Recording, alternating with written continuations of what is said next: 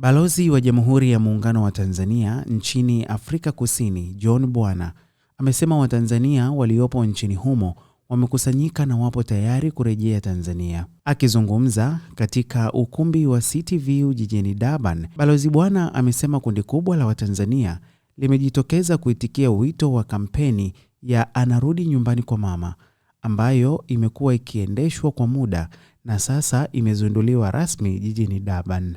Amesema Watanzania hao walijiandikisha kwa hiari kwa ajili ya kurejea Tanzania kwa msaada wa serikali ya Jamhuri ya Muungano wa Tanzania.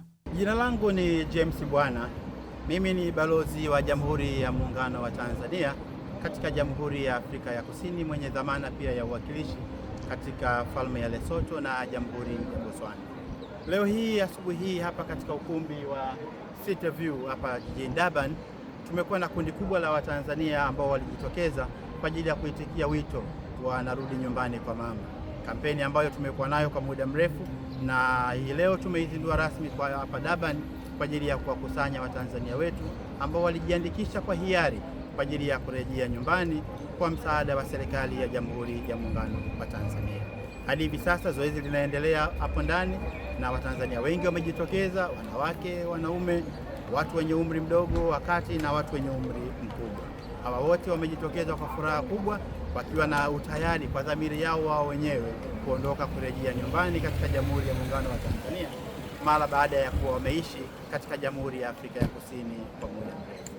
Neno kubwa ambalo kila nilipokuwa nikizungumza nao wamekuwa wakilitoa, wengi walionyesha kufurahishwa na uamuzi wa serikali ya Jamhuri ya Muungano wa Tanzania, hususani maelekezo ya Mheshimiwa Dr. Samia Suluhu Hassan kwa ubalozi yaliyoelekeza kwamba sasa Watanzania ambao walimpelekea maombi ya kumwomba Mheshimiwa Rais awasaidie usafiri waweze kurejea nyumbani ili waweze kufanikishwa taratibu za kuweza kurejeshwa nyumbani katika Jamhuri ya Muungano wa Tanzania.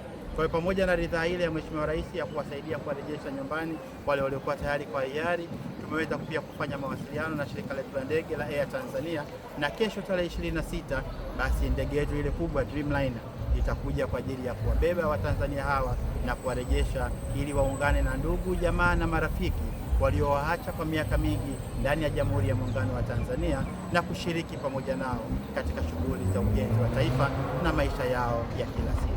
Kwa hiyo tunaendelea na zoezi hilo ambalo kwa kiasi kikubwa linafanywa na sisi watu wa ubalozi, lakini tukiwa tumeambatana ana kwa ana na maafisa kutoka Wizara ya Mambo ya Ndani ya nchi hapa Afrika ya Kusini, idara yao ya uhamiaji, lakini ilipo pia jeshi la polisi la hapa Afrika ya Kusini na vyombo vingine vya ulinzi na usalama.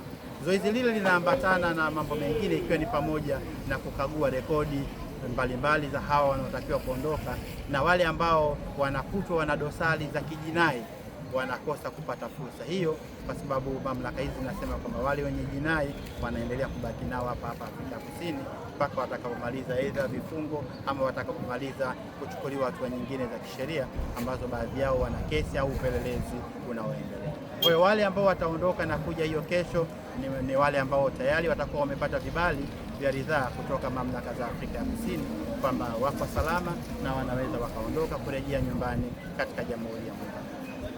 Kwa hiyo neno moja kutoka kwao, wengi wamenieleza niwafikishie shukurani nyingi kwa Mheshimiwa Rais Dr. Samia Suluhu Hassan kwa kuwapa nafasi hiyo ya kurejea kuondoka kurudi nyumbani katika Jamhuri ya Muungano wa Tanzania.